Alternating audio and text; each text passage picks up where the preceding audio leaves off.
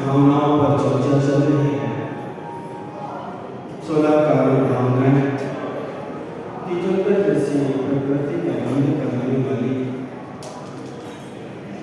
ये भावनाएं हमें तीजोकर के समान ऊंचाइयों तक ले जाने में सहायक होती है।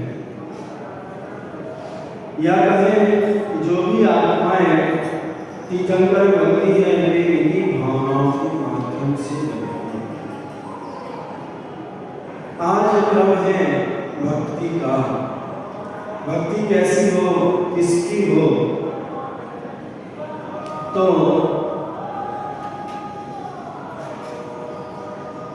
निरंतर हम प्रतिदिन भक्ति और आराधना। भक्ति का मूल उद्देश्य क्या होना चाहिए? भक्ति आराधना किसकी होना चाहिए? तो जय दर्शन गुणों का आराधना। हम गुणवान की पूजा करते हैं, गुणों की पूजा, हम व्यक्ति की पूजा नहीं करते। जिस व्यक्ति में वो गुण होंगे उसकी पूजा। बहुत ही महत्वपूर्ण आज विषय है जो हम प्रतिदिन करते हैं। कल तक आपने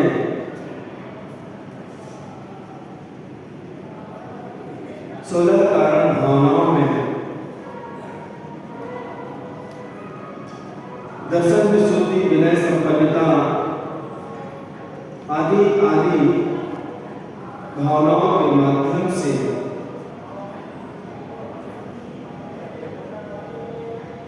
सोलह कारण भावनाओं में से लगभग वैयावर्त तक 9 भावनाओं को सुन लिया।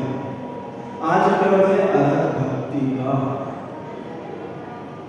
अरहत भक्ति, प्रभु की भक्ति, अरहत की भक्ति, गुणवान की भक्ति, गुणों की भक्ति। क्यों करना है भक्ति? बोल आचार्य उमा स्वामी महाराज तत्वासुत ग्रंथराज मंगलाचरण में कहते हैं, मोक्ष मार्गस्य नेतारं भेतारं कर्मभूतां ज्ञातारं विश्वदत्तानां वंदे तद्गुणवत्। जो मोक्ष मार्ग के नेता हैं, मोक्ष मार्ग को बताने वाले हैं, उनके गुणों को वंदे तद्गुणवत्, उनके गुणों को नमन कर रहे हैं। हम भी आपके जैसे बन जाएं, इसलिए आपके गुणों का हम वंदन करें। विशुद्ध भावों से पूज्य पुरुषों के गुणगान करना भक्ति कहलाता है। भक्ति की गंगा के समान और कोई साधन नहीं है हमारे पास। एक साधना का मार्ग है, एक आराधना का मार्ग। तो श्रावक साधना तो जितनी है यथाशक्ति करता है, उससे ज्यादा कहीं आराधना कर सकता है, करता है। तो भक्ति का मार्ग अपने आप में बहुत महत्वपूर्ण मार्ग है। भक्ति कौन करता है? तो भक्ति भक्त करता है। भक्त कौन होता है? तो भगवान को चाहने वाला, भगवान के गुणों को चाहने वाला भक्त होता है। भक्त का अर्थ क्या होता है? तो भक्त का अर्थ होता है जुड़ना। भक्त का अर्थ होता है जुड़ना। किससे जुड़ना? क्यों जुड़ना? किस लिए जुड़ना? कैसे जुड़ना? तो जुड़ना अपने आराध्य से, अपने उस परमात्मा से जो गुणवान है। तो भक्त और भक्ति दोनों बहुत महत्वपूर्ण है। आज का सूत्र है श्रद्धा का सेतु, श्रद्धा का सेतु, श्रद्धेय श्रद्धालु की, श्रद्धेय श्रद्धालु की दूरी पाटता।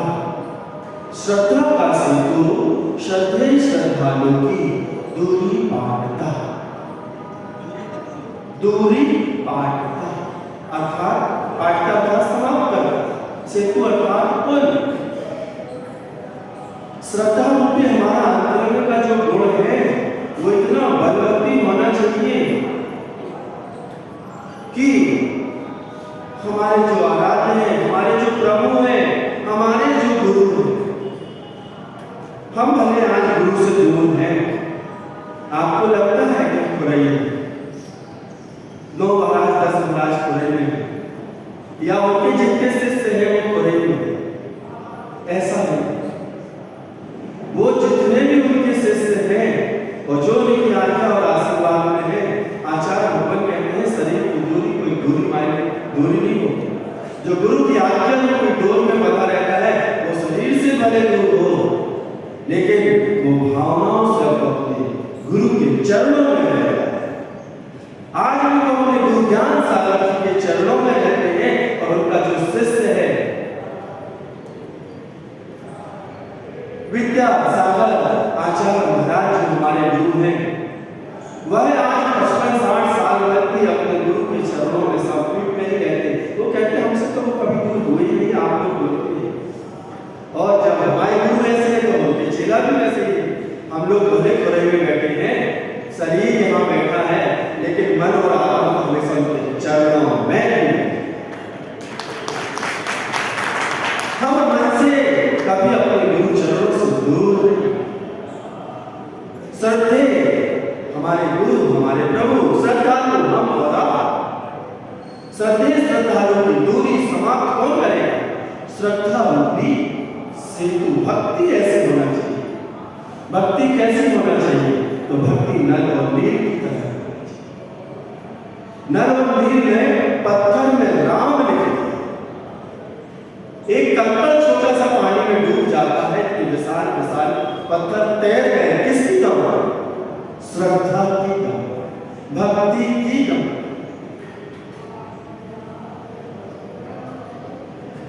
राम नाम में जितनी उनकी श्रद्धा थी, उस श्रद्धा ने उस पत्थर को भी तैरा दिया।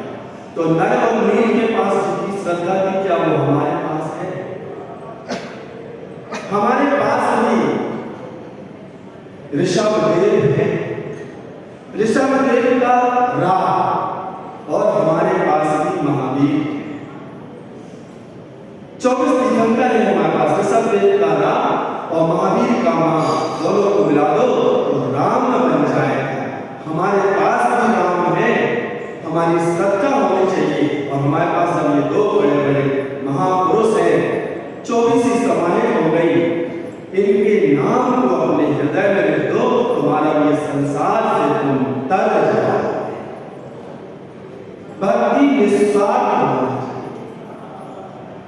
भक्ति स्वार्थपूर्ण नहीं हो, मतलबी नहीं हो। दुकान खोलना है, नहीं तो विधान कर लो। हम मना नहीं कर रहे हैं, करो, लेकिन निस्वार्थ भाव से करो कि नहीं कोई काम कर रहे हैं तो पहले अपने आराध्य को प्रणाम, इससे उद्देश्य को ध्यान रखो। उद्देश्य नहीं बदलना। उद्देश्य बदल देते, दुकान अच्छी चले तो रोज नमस्कार पढ़ो, दुकान अच्छी चले तो पाठ पढ़ो, दुकान अच्छी चले तो पूजा करो, हमारा जो काम हो जाए तो आज सालगिरह अभिषेक कर लो, आज परीक्षा देने जाना है तो आज भगवान का अभिषेक देख लो, पूजा कर लो। नहीं, दुख में सुमरण सब करे, सुख में करे न कोई। जो सुख में सुमरण करे, दुख काहे को। भगवान की भक्ति निस्वार्थ भाव से करो, रोज करो, अहरनिश करो, दिन रात करो। 24 घंटे में से 8 घंटे भगवान की भक्ति, धर्म ध्यान में निकालना चाहिए। कैसी? वो भी निस्वार्थ हो। अरहंते सो भक्ति सम्मतो, अरहंत की भक्ति सम्यक दर्शन को कराने वाली है। एक वर्ग विकसित हो गया जो पूजन को हे बोलता है, भक्ति को हे बोलता है, आत्मा की बात करता है। आत्मा की बात करने से क्या आत्मा में जाएगा? उसकी कोई प्रक्रिया होगी, उस मार्ग पर कोई चलने की व्यवस्था होगी।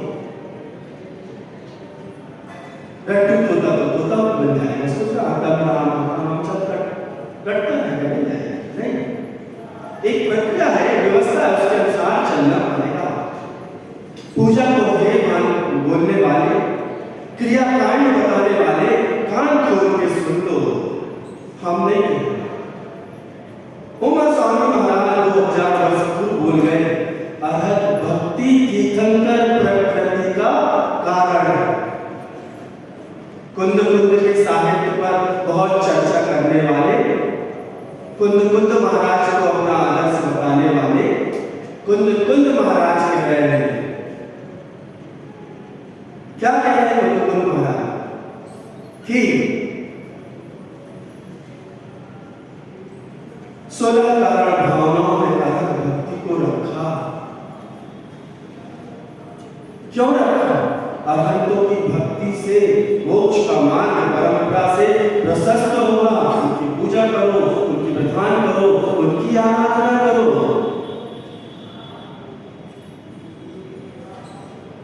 आचार्य कुंद महाराज ने भक्ति का फल क्या चाहा? बताओ।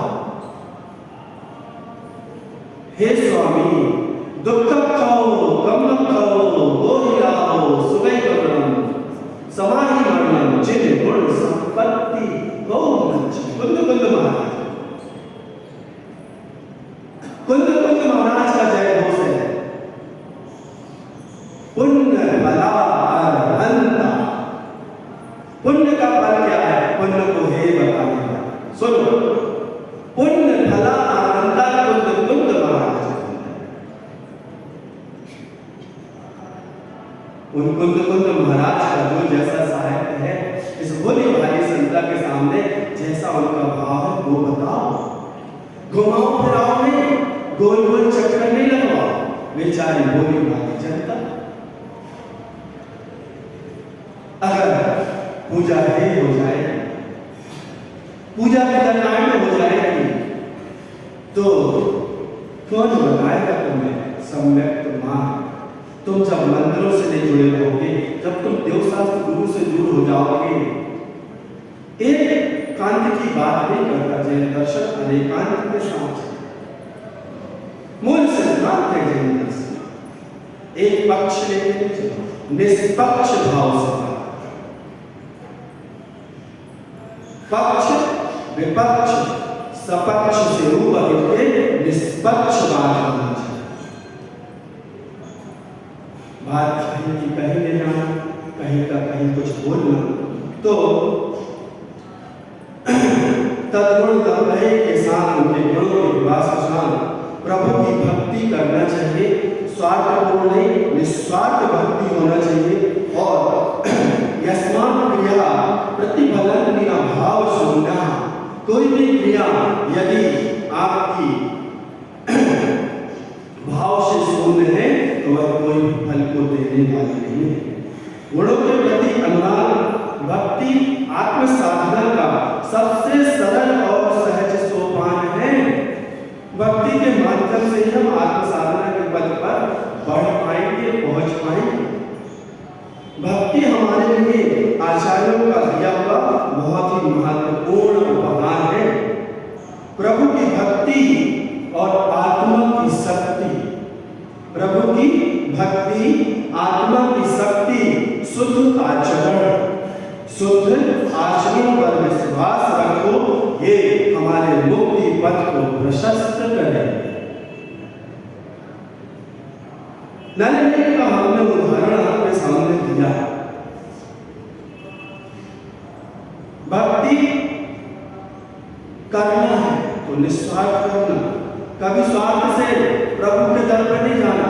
भगवान भगवान है, दाता नहीं, ध्यान रखना, वो देने वाला नहीं, न मांगना।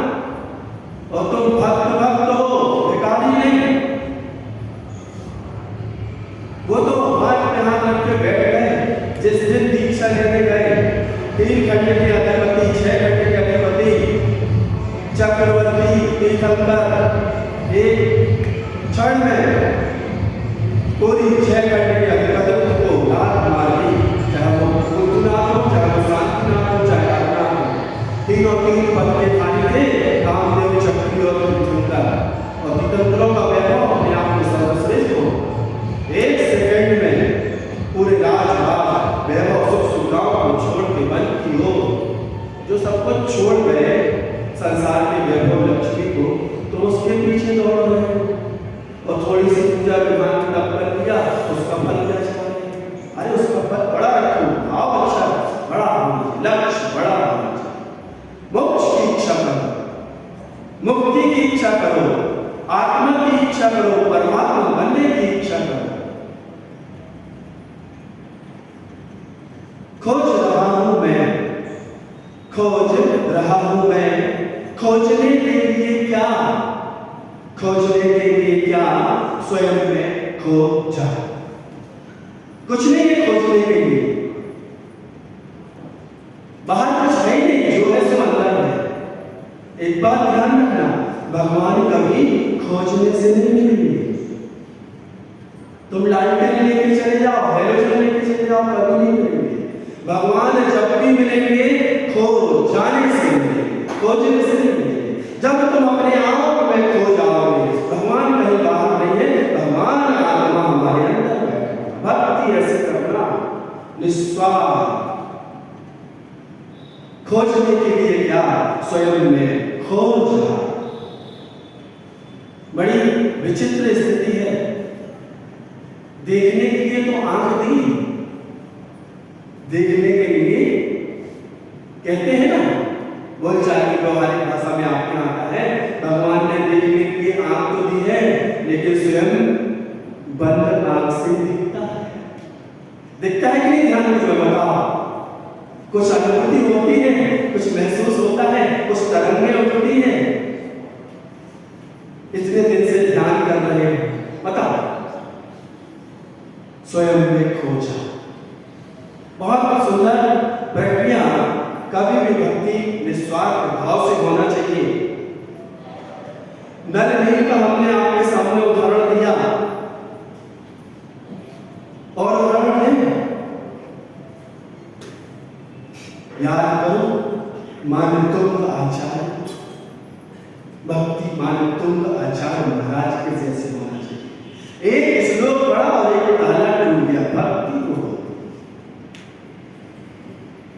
भक्ति मैंने सुंदरी की तरह होना चाहिए। भक्ति आचार्य समंत्र भद्र महाराज के जैसी होनी चाहिए। स्वयं क्रोध की रचना करके बैठे और हाथ जोड़े, और जैसे ही चंद्रप्रभु भगवान का स्तोत्र लिखना प्रारंभ किया, और 7 भगवान के स्तोत्र में कहीं पर नमः शब्द नहीं आया, और जैसे ही चंद्रप्रभु भगवान का स्तोत्र पढ़ना प्रारंभ किया, चंद्रम प्रभम चंद्र जमरीचि गौरम चंद्रम द्वितीयम वंदे, चंद्रम द्वितीयम जगदेकांतम वंदे वंदम महता विष्णुम जिनम चितस्त्रान कषाय। और जैसे ही नमः बोला उन्होंने, वह पाषाण भिंड फट गया। भक्ति वो पाषाण भिंड फट गए, 2 टुकड़े हो गए, और चंद्रप्रभु की इस फटे की प्रतिमा प्रकट हो गई। भक्ति ऐसी होनी चाहिए। भक्ति उस मेंढक की तरह होनी चाहिए। तिर्यंच का उदाहरण देख लो, तुम तो मनुष्य हो, सिर्फ उसने भाव बनाएगा भगवान की पूजा और भक्ति का, दर्शन का काम 1 सेकंड में ऊपर देव बन गया। भक्ति का प्रभाव, भक्ति मुनियों की सुनी, आचार्यों की सुनी, महिला की सुनी, तिर्यंच की सुनी, पुरुष की भी सुन लो। धनंजय कवि को याद रखो, भक्ति कैसी। धनंजय कवि मंदिर में पूजा कर, सर्प ने बच्चे को काट दिया, उसने अपनी पूजा भक्ति नहीं छोड़ी। घर गया पूजा भक्ति करने के बाद और भगवान का गंडोला छिड़क दिया, उसका लड़का खड़ा हो गया। भक्ति ऐसी है, विश्वास अपने अंदर जागृत करो, प्रभु की भक्ति पर विश्वास रखो, आत्मा की शक्ति पर विश्वास रखो, शुद्ध आचरण रखो, तुम्हारा कल्याण हो रहा है। निस्वार्थ भाव से होना चाहिए, कोई लाभ नहीं, कोई लपेट नहीं, कोई माया चाह नहीं। जब भी देवशास्त्र गुरु के सामने जाओ, बिल्कुल स्वच्छ सुंदर धवल, अंदर से भी और बाहर से भी, कोई प्रपंच नहीं। आधा घंटे भगवान की एक पूजा करेंगे, लेकिन भक्ति से करेंगे, श्रद्धा से करेंगे, आस्था से करेंगे, निष्ठा के साथ करेंगे, माला पहनेंगे तो निष्ठा से करेंगे, पूजा करेंगे, विधान करेंगे, 1 घंटे के लिए संसार से दूर हो और कभी भी संसार का उद्देश्य नहीं है, संसार के उद्देश्य से कभी भक्ति नहीं करना, पारलौकिक सुख की प्राप्ति के लिए ही भक्ति करना। भक्ति से जब हथकड़ियों के ताले टूट सकते हैं, भक्ति से सब जेल खाने के ताले टूट सकते हैं, तो भक्ति से कर्मों की घड़ियां क्यों नहीं टूटेंगी? जरूर टूटेंगी, चाहे गौ से अच्छा होगा। अर्थात भक्ति तीर्थंकर प्रकृति का बंध बना देगा। तो आज 16 कारण भावनाओं में भक्ति की चर्चा चल रही है। अनंत भक्ति परंपरा से हमें मुक्ति का पथ प्रदर्शित करेगी और मुक्ति का मार्ग दिखाएगी और हमारी मंजिल तक पहुंचाएगी। भक्त तो बनो, भगवत्ता मिलेगी सहजता से, लेकिन भक्त बनो निस्वार्थ भाव से। भगवान और भक्त किससे जोड़ना? तो भगवान से जोड़ना, उनके गुणों से जोड़ना, गुरु से जोड़ना, देवशास्त्र गुरु से जोड़ना। क्यों जोड़ना? उनसे जोड़ोगे तो वो तुम्हें रास्ता बता देंगे कि तुम्हें अपने आप से जोड़ना है, बाहर कुछ नहीं है, बंधु सब आता है। हमें अपने आप से जुड़ना है, हमें अपने उस आत्मा से जुड़ना है। हम उस आत्मा से जुड़ेंगे तो निश्चित ये आत्मा भी जब संकल्प के साथ, इच्छा शक्ति के साथ, आत्मबल के साथ मोक्ष पद पर आरूढ़ होगी, तो एक दिन ये आत्मा ही परमात्मा बने, भक्ति वो अपने आप में बहुत महत्वपूर्ण है। गुणों की भक्ति, प्रभु की भक्ति, आत्मा और हमारा यह शरीर दोनों अलग अलग है, लेकिन जब भी मिलेगी तो शरीर के माध्यम से ही मिलेगी। क्या? वो मुक्ति मनुष्य पर्याय से, जिन लेने से, वीतरागी लेने से, मुनि मुद्रा के साथ ही मिलेगी। तो शरीर और आत्मा अलग अलग है, लेकिन शरीर साधन है और आत्मोपलब्धि साधन है। तो भक्ति पर विश्वास रखो, भक्ति को बहुत अच्छे से करो। अरहंतों की भक्ति हमारे लिए मोक्ष का मार्ग दिखाने वाली है, भक्त जीवों को मोक्ष का मार्ग प्रशस्त करने वाली है। अरहंतों की भक्ति कल्याण में निमित्त है।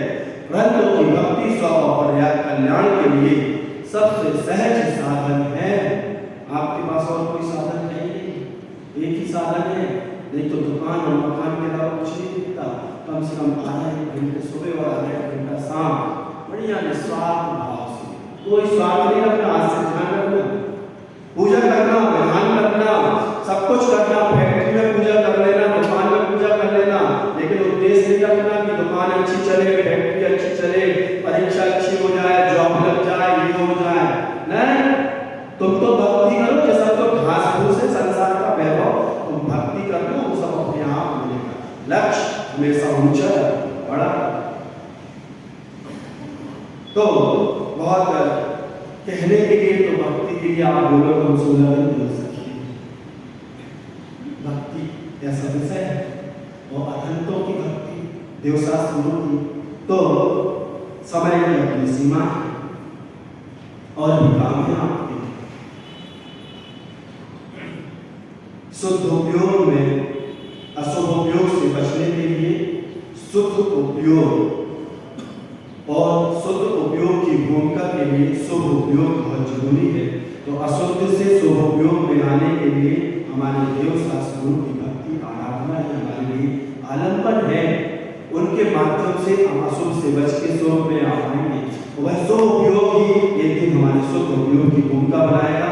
इसलिए अनंत की भक्ति बहुत ही प्रशस्त भाव के साथ अपने उपयोग की शुद्धि के लिए और तीर्थंकर जैसे प्रकृति के अर्जन में जो बहुत ही महत्वपूर्ण भूमिका निभाएगी, इसलिए निस्वार्थ भाव से करो। एक छोटी सी कहानी हम सोच के आए सुनाने, समय नहीं है, फिर कभी सुना फिर राजधानी होगा, ठीक है। आप बहुत अच्छी प्रासंगिक है। भक्ति सब लोग करते हैं, सबकी अपनी अपनी परंपराएं हैं, सबकी अपनी अपनी पूजा की पद्धति है, सबकी अपनी अपनी एक व्यवस्था है। बहुत से मत मतांतर है आज के समय में सृष्टि। एक मत ये भी है कि वह रोज सुबह उठ के नदी में स्नान करते हैं। स्नान करने के बाद वहीं पर एक कलश में जल भर के उन्हें अर्पित करते थे। एक मत है, उनकी परंपरा, वो इसी में भक्ति मानते हैं, वो उनकी परंपरा है। सबकी अपनी अपनी परंपरा है, अपनी अपनी परंपरा से सब लोग चल रहे हैं। एक परंपरा ये है, कुछ लोग पूजा करके, कुछ लोग आराधना करके, कुछ लोग नृत्य करके, नृत्य करके भी भक्ति की जाती है। अभी बहुत सारे लोग नृत्य के माध्यम से भी आराधना करते हैं। एक बात वो भी, वो उनकी पूजा पद्धति, आराधना पद्धति है, आपकी नहीं। आपके बच्चे पढ़ने गए हैं और एक एक महीने पहले से प्रैक्टिस कर रहे हैं, 5-5, 3-3 हजार रुपये जमा करके, और अब 8 दिन, 10 दिन, 9 दिन, 12 दिन रोज रात में 10 बजे से लेके पता नहीं कितने बजे तक नाचने जाएंगे। समझ रहे ना? सबकी अपनी अपनी पद्धतियां हैं। अब आप दूसरों की पद्धति में दखलंदाजी कर रहे हैं। आपकी अपनी पद्धति, आप अपनी पद्धति में रहिए। अब वो सब तो जो है सो है, उसके दुष्परिणाम क्या आ रहे हैं? लड़का और लड़की, नई उम्र है, रात को 11 बजे, 12 बजे, 2 बजे, 3 बजे तक नृत्य चल रहा है। अब वो 4 घंटे नृत्य में रहे कि कहीं होटल में रहे कि कहीं पार्क में रहे, इसकी मांग। सबसे ज्यादा प्रदर्शन, सबसे ज्यादा गर्भपात आने वाले 2 महीनों में होगा पूरे भारत। भक्ति की, धर्म की आड़ में क्या क्या होगा आप समझ सकते। और आप अपने बच्चों को पैसे दे रहे हैं 3,000 और 5,000, तो वही महीने पहले से प्रैक्टिस कर रहे हैं। और प्रैक्टिस कराने वालों के साथ ही कई बच्चे विदा हो। वो प्रैक्टिस कराने आते थे घर में, वो प्रैक्टिस कराने आते थे मंदिर के हॉल में, वो प्रैक्टिस कराने आते थे कम्युनिटी हॉल में। वो जो प्रैक्टिस कराते थे उनसे ही लेन मटक्का हो गया और उनकी हो गई। देखो जो यथार्थ है तो सुनो और उसे स्वीकार करो और सुधार करो, नहीं तो आने वाला कल बहुत ही खराब। आपके बेटे और बेटियां किस मार्ग पर है आप समझो। अपने घर में करो जो करना। आपकी बेटे और बेटियां रात को 2 बजे घर में नहीं है, 3 बजे घर में नहीं है, और नई उम्र है और एक साथ वहां नाच रहे घूम रहे, क्या होगा आप बताओ? घी और अग्नि एक साथ है, क्या होगा बताओ? बड़ा सोचनीय चिंतनीय ऐसा हो गया, जैन समाज मेरी जागृत हो जाए, ऐसी तरीके से बचेगी। पढ़ने पढ़ाने के चक्कर में, बाहर भेजने के चक्कर में 100 में से 30 बेटियां तो चार नहीं, 10 जॉब में गई तो वहां विदा हो गई, कहाँ गई किसके साथ गई तुम्हें भी नहीं पता, बाद में तो पता चलता है वो तो 4 नंबर। बताओ सोचो कहाँ जा रहे हैं। बहुत स्टैंडर्ड मेंटेन करने में समय नहीं खराब, बहुत लौकिकता व्यवहारिक जीवन में अपना समय मत दो, बच्चों को भी बचाओ, नहीं तो धीरे धीरे तुम्हारी संस्कृति को तुम स्वयं गढ़ा।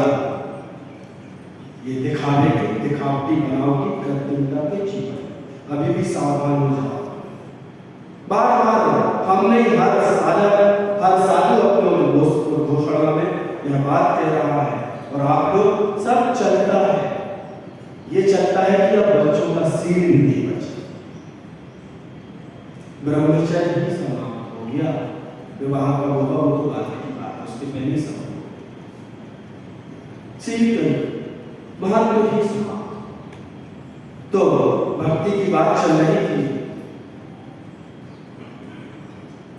अपनी अपनी परंपरा है। एक बहुत पहुंचे हुए विद्वान थे, वो रोज ऐसा करते थे, नदी में जाके रोज का उनका नियम था, और वहीं से एक गड़रिया समझते हो, अब तो गाय नहीं बची तो गड़रिया कहाँ से बचेगी, अपने गाय को विदा कर दिया गाँव के बाहर, गौशाला करवाओ, गाय के लिए गौशाला करवा दी, अपने लिए वृद्धाश्रम करवा, तुम भी गाँव में रहो, तुमने और अपने फर्क क्या है। नहीं तो कई लोगों ने अपने घर ही वृद्धाश्रम बना दिए। कल परसों 2-4 दिन से हम हार करने जा रहे हैं, बुढ़े और बुढ़िया हार ले रहे, दादा दादी, हम पूछ रहे बच्चे कहाँ हैं, सब बाहर। हाँ बेटा तुम तो अंदर रहो, बच्चे वहाँ पर अंदर रह तो है, उनको बाहर ही रहने दो। अब सब मर्यादाओं से बाहर। इधर इतनी बड़ी बड़ी जायदाद, इतने बड़े बड़े महल, इतने बड़े बड़े जिनालय बनाओ, वो तुम्हारे भी बाहर कंटेनर के डब्बा, न हवा है शुद्ध, न पानी, न भोजन, न छत, न इधर हवेली में रहने वालों तो कंटेनर के डब्बा में है, वही आनंद। इधर 100 लोग लगे घर में, उधर तो नौकरी कर, क्या जमाना है। हमारे आहार में क्या है, पंचकल्याण, हम आहार कर रहे हैं, वो आहार दे रहा, उसके रिश्तेदार आहार दे रहे, रिश्तेदार के रिश्तेदार के रिश्तेदार आहार दे रहे, घर में वो 100 लोगों का भोजन बन रहा, 3 पीढ़ी के रिश्तेदार जुड़े, हम आहार कर रहे, लड़का कहाँ है, लड़कियां कहाँ है, महाराज की छुट्टी नहीं है। सोचो 80 लाख रुपए देंगे वो बाहुबली बना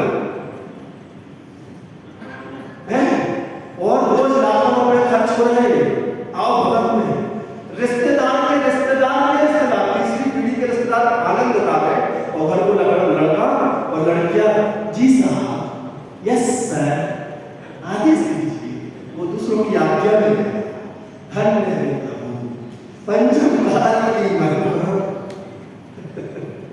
बहुत उत्कृष्ट सोच के लोग आप लोग, उनकी कम करती है, आपकी ज्यादा करती। ध्यान रखो, माता पिता का ज्यादा करती मानते इस मामले। तो वो रोज आज तो नहीं आया, देखो विषय निकला है तो बोले तो जो होगा सो रोज चढ़ाता था। देखो कहना तो चाहिए, हमारे लिए कहा गया है कि आपको जो यथार्थ है, वास्तविकता है, उसको उस समाज को और उस भक्त को परिचित कराना है।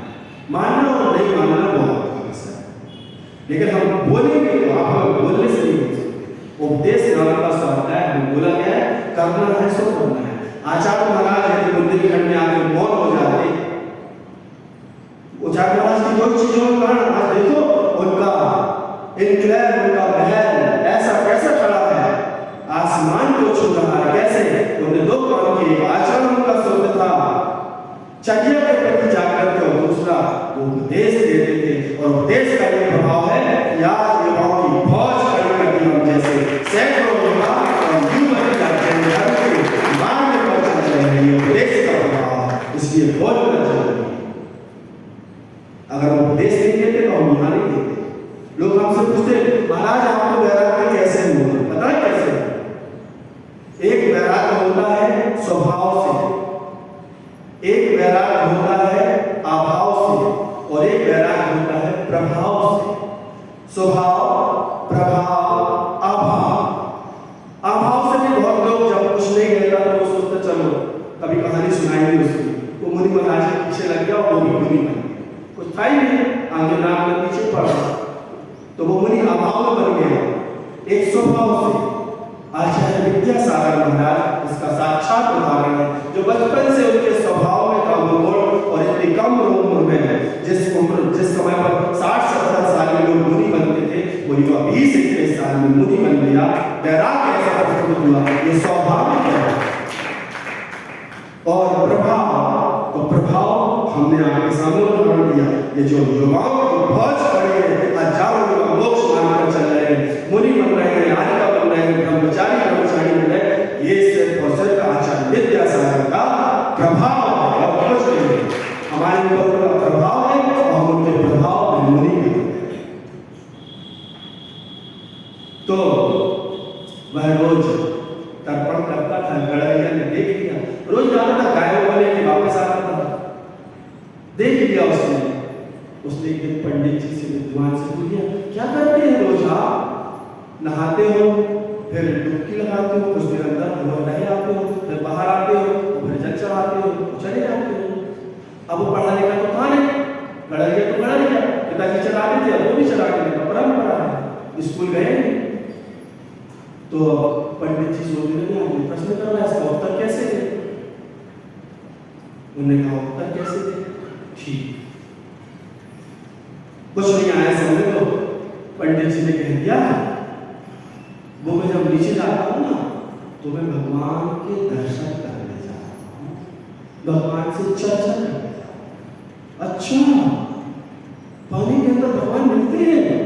बोला बोला तो बोला सहज सरल बना, कैसे देखो बोला ठीक। उसने कहा ठीक, अच्छी बात है, चला गया अंदर।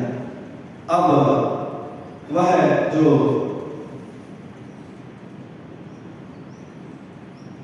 गड़रिया था दूसरे दिन पुनः समय पर पहुंच गया कि चलो देखते हैं। पुनः उसने देखा, पंडित जी ने वैसे ही किया। उसने कहा यार एक दिन अपन भी प्रयास करके देखें, शायद अपन को भी भगवान मिल जाए। तो दूसरे दिन वो पंडित जी के महल पहुंच गए। बढ़िया पंडित जी ने नदी में स्नान किया और अच्छा बढ़िया सुंदर कलश लेके गया था। कलश से जो प्रक्रिया पंडित जी करते सबकी, और उसके बाद अंदर जाके बैठ गए। भोलापन कैसा होता है, सरल स्वभाव कैसा होता है। आपके जैसे छल कपटी नहीं था, बोला था, पढ़ाई नहीं था, जानते नहीं था, गाय के बीच में रहा, गाय के जैसे गौ था, बैठा। अब बहुत देर हो गई, 1 सेकंड, 5 सेकंड, 10 सेकंड, 20 सेकंड। अरे भगवान तो दिख ही नहीं रहे, भगवान तो हे प्रभु कहाँ हो, प्रकट हो जाओ, नहीं तो मेरा क्या होगा?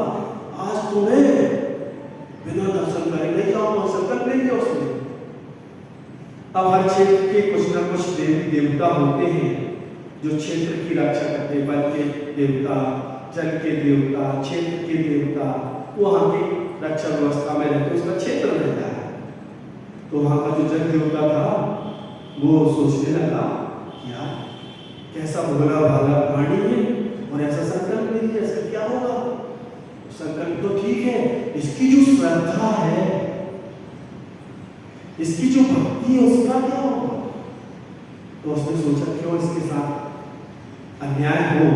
उसने एक सुंदर रूप बनाया और उसके सामने प्रकट हो गया। प्रकट हुआ और गड़रिया ने गदगद भाव से हाथ जोड़ लिए प्रसन्न हो गया, अंदर से सोचा ओहो प्रभु प्रकट हो गए, वाह वाह, जय हो धन्य धन्य, अपने आप को धन्य धन्य है प्रभु, मेरा ये जीवन सफल हो गया, आपके दर्शन हो गए। तो जो सामने प्रभु खड़े थे वो कहते हैं मां क्या मांगना है? देव पूछता है उससे मां क्या मांगना है? तो आपका जवाब क्या होगा बताओ? आप लोग महाराज बगड़ा गाली बगलो सोना चांदी प्लेट मकान है सुंदर शरीर सही साहब तब आप मांगोगे और क्या मांगोगे? लेकिन देखो तुमसे श्रेष्ठ का पर है अनपढ़, क्या मांगा उसने?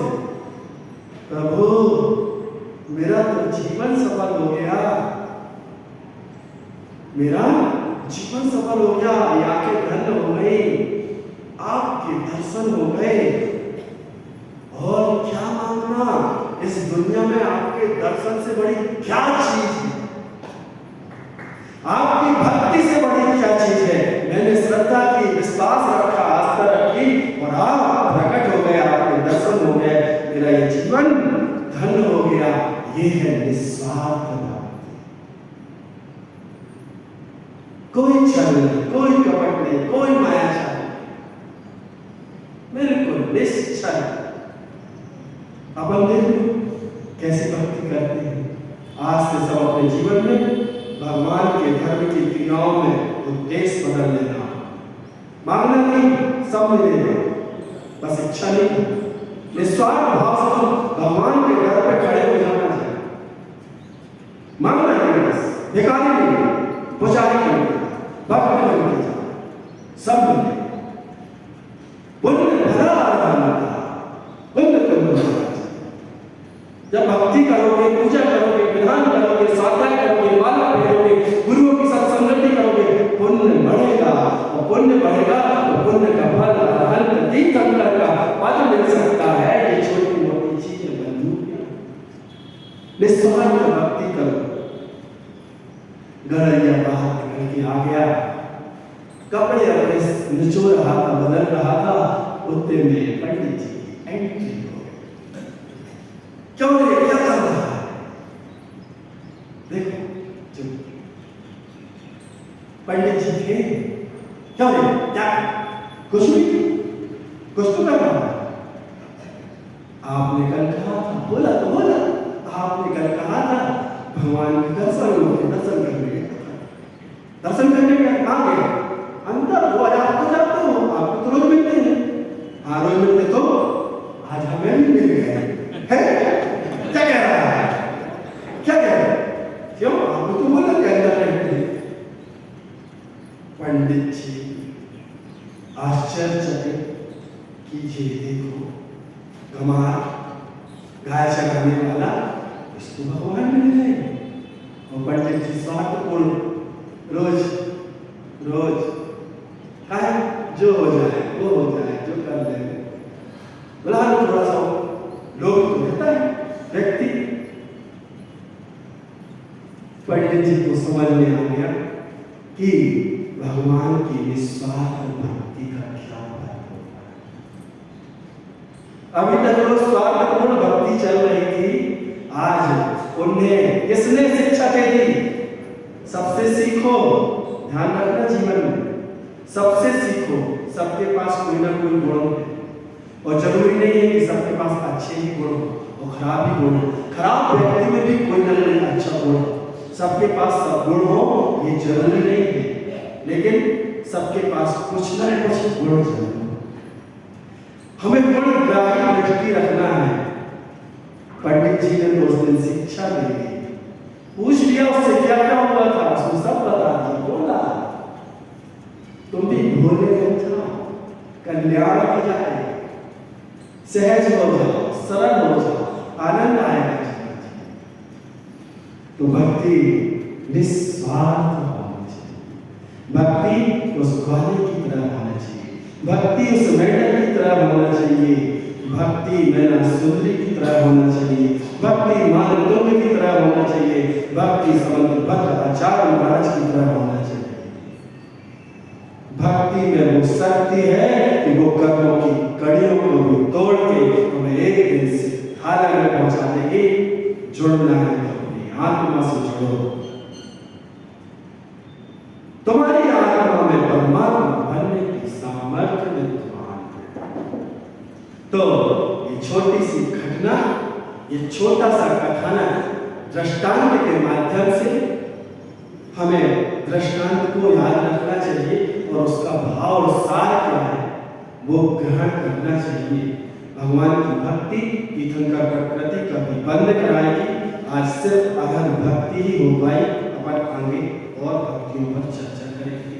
आपका समय हो गया है, आपने कहा था, इसलिए हमने आपके एक कार्यक्रम में ब्रेक लगा के दूसरे कार्यक्रम को आगे बढ़ा दिया। ठीक है, अपन चलते हैं दक्षिणा स्वाध्याय की ओर। अपन 24 तीर्थंकरों से आगे बढ़ के 63 सलाखा पुरुषों में प्रवेश कर चुके हैं। 63 सलाखा पुरुषों में कल आपने सुना था 24 तीर्थंकर होते हैं, 12 चक्रवर्ती होते हैं, 9 नारायण, 9 नारायण और 9 बलभद्र। ऐसे ही 63 सलाखा पुरुष होते हैं।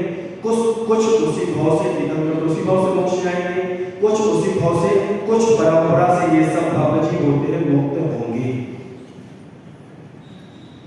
तो आज चक्रवर्ती की चर्चा है। सगर चक्रवर्ती कहां से चय करके आए थे? सगर चक्रवर्ती कहां से चय करके आए थे?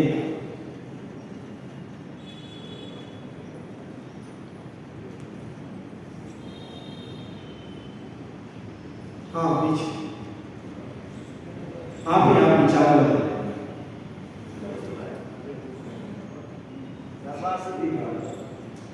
भरत चक्रवर्ती कहां से चल करके आए थे? सर्वाधिक विमान से। बहुत अच्छा। सगर चक्रवर्ती के माता और पिता का नाम? सगर चक्रवर्ती के माता और पिता का नाम?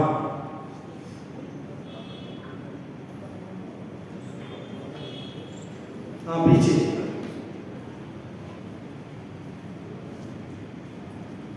चक्रवर्ती की माता का नाम मंगलता और पिता का नाम राजा। बहुत अच्छा।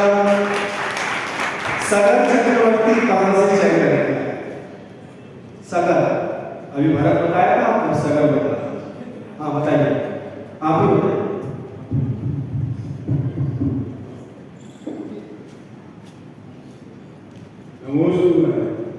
सगर चक्रवर्ती विजय नामक अंतर विमान से चय। बहुत अच्छा। विजय नामक अंतर विमान से चय करके आए।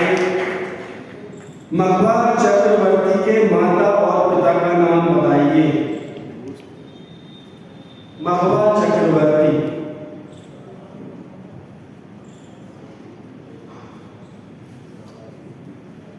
मघवा चक्रवर्ती कहां से चय करके आए थे?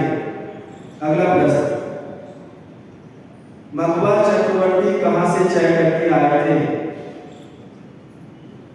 हाँ, बताइए आप।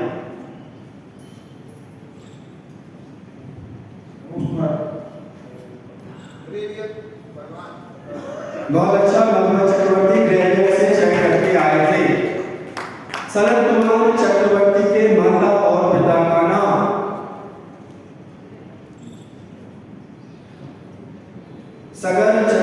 सनत कुमार चक्रवर्ती के माता और पिता का नाम? अभ्यास कम हुआ है।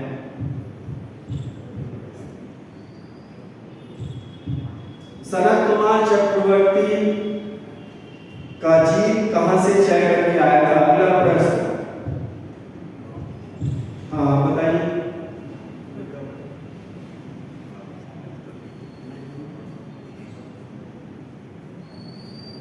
कहां से चय करके आया? महेंद्र। बहुत अच्छा। महेंद्र स्वर्ग से चय करके सगर चक्रवर्ती का, सनत कुमार चक्रवर्ती का जीव आया था। हाँ, प्रश्न मांगी अभी।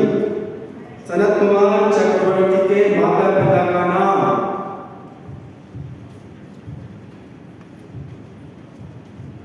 अगला प्रश्न, सोहम चक्रवर्ती कहाँ से चय करके आए थे?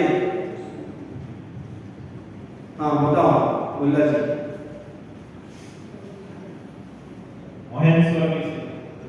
सोहम चक्रवर्ती कहाँ से चय करके आए थे? महेश्वरी। और कोई?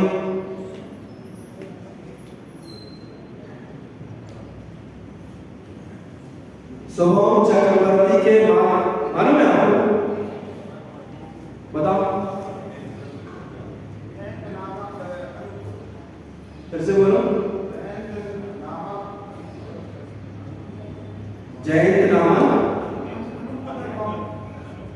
अनु बहुत अच्छा। जयंत नामा अनुत्तर विमान से सोहम चक्रवर्ती चय करके आए थे। सोहम चक्रवर्ती के माता और पिता का नाम कौन बताएगा? हाँ बताओ, आप ही बताओ।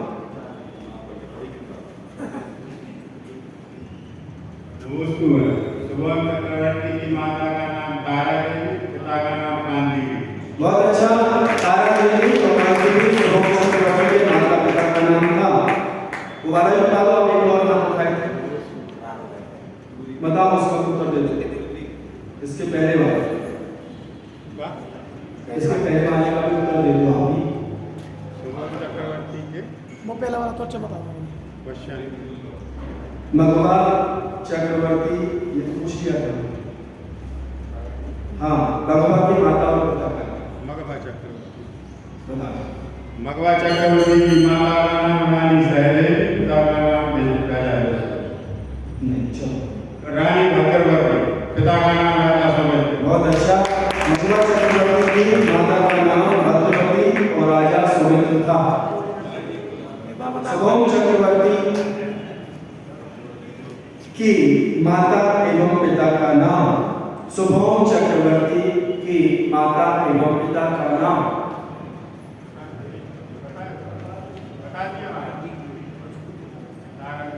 नहीं, ये सोहम चक्रवर्ती का पूछा है। बताओ किसको याद है? नहीं, हाँ बताओ, कोशिश करो। देखो अभ्यास करके आओ, 5 5 10 10 तो बोल रहे हैं, ज्यादा हो गया प्रश्न कर क्या? रानी भद्रवती और पिता राजा सुमित। अरे एक में से 2 तो याद कराएगा, एक में से 2 याद कर चले तुम्हें आप बता देंगे। आप बताइए। रानी भद्रवती और राजा सुमित। राजा नहीं, सोहम चक्रवर्ती की माता एवं पिता का नाम। हाँ बताओ, आप ही बताओ।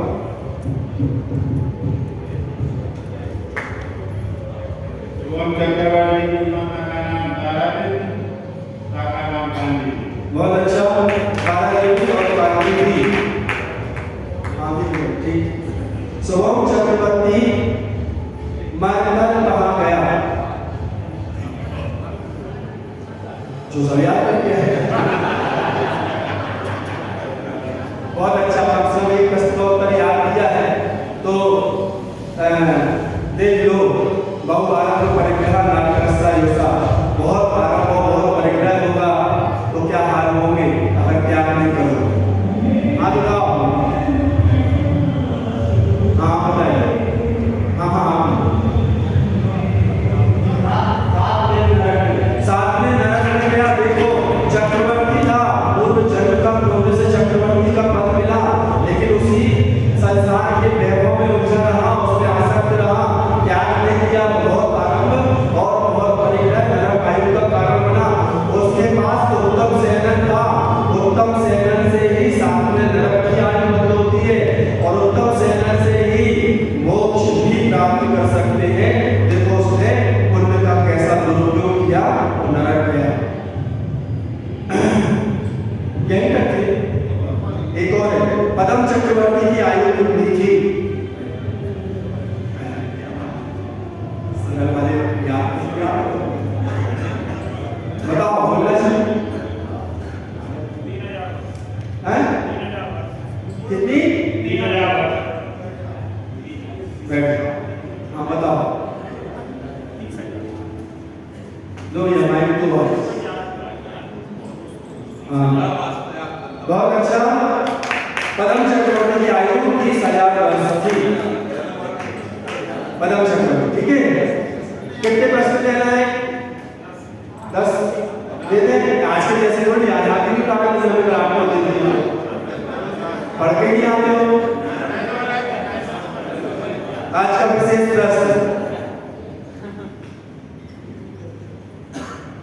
आप लोगों ने बहुत दिन से ध्यान किया है और ध्यान में आप लोगों ने बहुत सी चीज सीखी है। सुरक्षा कवच बनाने की प्रक्रिया से परिचित कराएं। आज का विशेष प्रश्न, सुरक्षा कवच बनाने की प्रक्रिया से परिचित कराएं।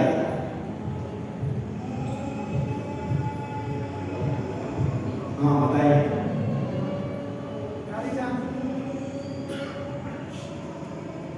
सामने करो माइक ऐसे। सबसे पहले हम अनंत भगवान का स्मरण करेंगे। अनंत भगवान का स्मरण करके सभी बिंदु अपने हृदय पर लाएंगे और उस पर हम ज्ञान केंद्र पर जाएंगे। उसके बाद नमो, उसके बाद हम मन में सफेद बिंदी के लिए नमो हरिहंतान का 9 बार जप करेंगे और उसके लिए पूरे शरीर का अवध ले जाएंगे। फिर नमो सिद्धार्थ लाल बिंदु का हम ध्यान करेंगे। नमो सिद्धार्थ की जाप 9 बार मैंने सिद्धि केंद्र से लेके और नीचे पूरे शरीर के लिए सिद्धारम की जाप करेंगे। सिद्धारम नमो आयम अपनी हृदय केंद्र पर जाएंगे। हृदय केंद्र से पीला बिंदु स्थापित करेंगे। पीला बिंदु अपने सिद्धि केंद्र से चारों तरफ नम पढ़कर पीला बिंदु का से उसका ध्यान करेंगे। बस और कोई?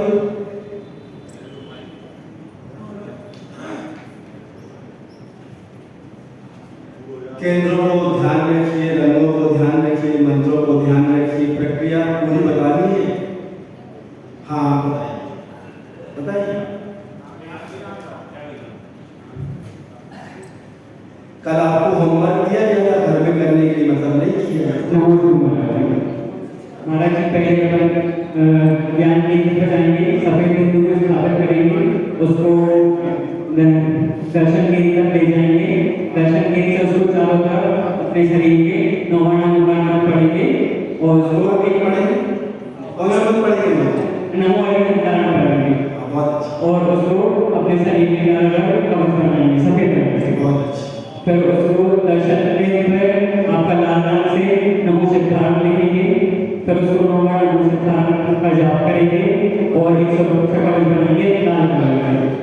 फिर तीसरे नंबर उसको अपने विशुद्धि केंद्र पर ले जाएंगे गर्दन पर। गर्दन से आपको उसको सेट कर जाएगी और फिर वहाँ से फिर नमो आएगा 9 बार आएगा पढ़ेंगे। उसका एक सुरक्षा कवच बनेगा पीले कलर से।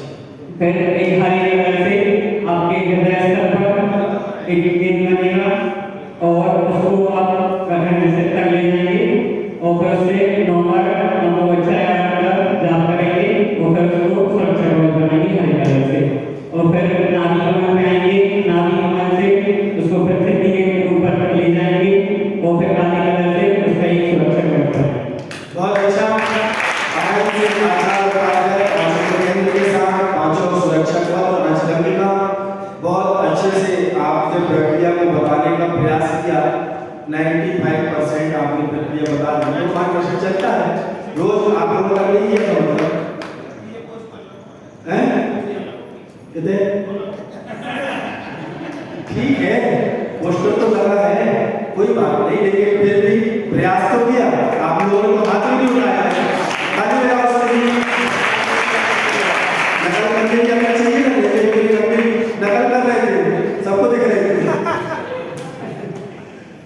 तो नकल करने के लिए भी फिर भी आप लोग जो सीख रहे हैं और सुरक्षा का बहुत महत्वपूर्ण प्रक्रिया है।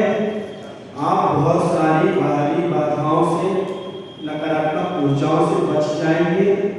ये सब जितनी चीजें हमने आपको बताई और सिखाई है, बताने सिखाने में समय लगता है, करने में उतना समय नहीं लगेगा। और इन सब के लाभ आपको एकदम से नहीं फटाफट करके नहीं 2020 कि आज किया और 4 घंटे बाद रिजल्ट मिल जाए, है ना। ये अभ्यास से, गुरु के वचन के प्रति समर्पण, निरंतर अभ्यास, तत्व पर श्रद्धा और अपनी निष्ठा, ये 3-4 सूत्र हमने दिए थे। जब तक अभ्यास वही नहीं रखोगे, श्रद्धा नहीं रखोगे, कुछ नहीं होगा। मंत्र वही है, प्रक्रियाएं वही है, कमी आई है तो तुम्हारी श्रद्धा में, आज तुम्हारी श्रद्धा जागृत कर रहे हैं। उदाहरण दिया हमने, मेंढक को अपना आदर्श बना लो, उसके जैसे भाव लिया। तिरंजी को बना लो, आचार्यों मुनि को नहीं बना पा रहे हैं। आदर्शों को आदर्श बनाओ, उनके आदर्शों पर चलो। तो बहुत अच्छा, ये 9 बार की प्रक्रिया 3 मिनट की प्रक्रिया है। आराम योग 5 मिनट में हो जाता है। तो बताने सिखाने में समय लगता है कोई चीज को। आप लोग जब अभ्यास करोगे आपको इतना आनंद आएगा, इतने लाभ मिलेंगे। कितने लोग हमारे कक्ष में आके बता गए, महाराज जी आराम योग से हमारी रीढ़ की हड्डी की समस्या ठीक हो गई, पैर की नस की समस्या ठीक हो गई, जबड़न चपड़न समाप्त हो गई। हजारों लाखों में जाके जब उधर जाओगे, सागर गोपाल इंदो उसको दिखाओगे, एमआरआई कराओगे, 10-20 हजार रुपये चुकाओगे, वो पर्चा पकड़ोगे, 10,000 की दवाई का 50,000 खर्च होंगे। जब वो अपना जबरन ठीक होगी, तब तक खर्च नहीं होगी, घूमने फिरने जाओ तो थोड़ी ठीक होगी। इधर फ्री में बता रहे हैं, तो समझ नहीं समझ रहे हैं। पंच परमेष्टि वाली प्रक्रिया अपने आप में समझो, वो है बहुत महत्वपूर्ण है। तो कल के लिए प्रश्न, हरिशरण चक्रवर्ती का जीव कहाँ से जय करके आया था? हरिशरण चक्रवर्ती का जीव महेंद्र स्वर्ग से आया था। हरिशरण चक्रवर्ती के माता पिता का नाम बप्रा एवं पिता का नाम राजा हरिकेतु था। हरिशरण चक्रवर्ती किन तीर्थंकर के तीर्थ में सिद्ध पद को प्राप्त हुए थे? हरिशरण चक्रवर्ती मुनि सुब्रतनाथ भगवान के तीर्थ में सिद्ध पद को प्राप्त हुए थे। जयसेन चक्रवर्ती कहाँ से जय करके आए थे? वह ब्रह्म स्वर्ग से आए थे। जयसेन चक्रवर्ती की माता का नाम रानी यशोवती, पिता राजा विजय। ब्रह्मदत्त चक्रवर्ती के माता पिता का नाम रानी चूला, पिता राजा ब्रह्मदत्त। राजा के 6 गुण होते हैं: संधि, विग्रह, यान वाहन, आसन मुकाम, संस्थान, वचनों की दृढ़ता, आश्रय अर्थात आधार। ये 6 राजा के गुण होते हैं। राजाओं के कितने कर्तव्य होते हैं? तो राजाओं के 4 कर्तव्य होते हैं: आत्म पालन करना, मति पालन करना, कुल पालन करना, प्रजा का पालन करना।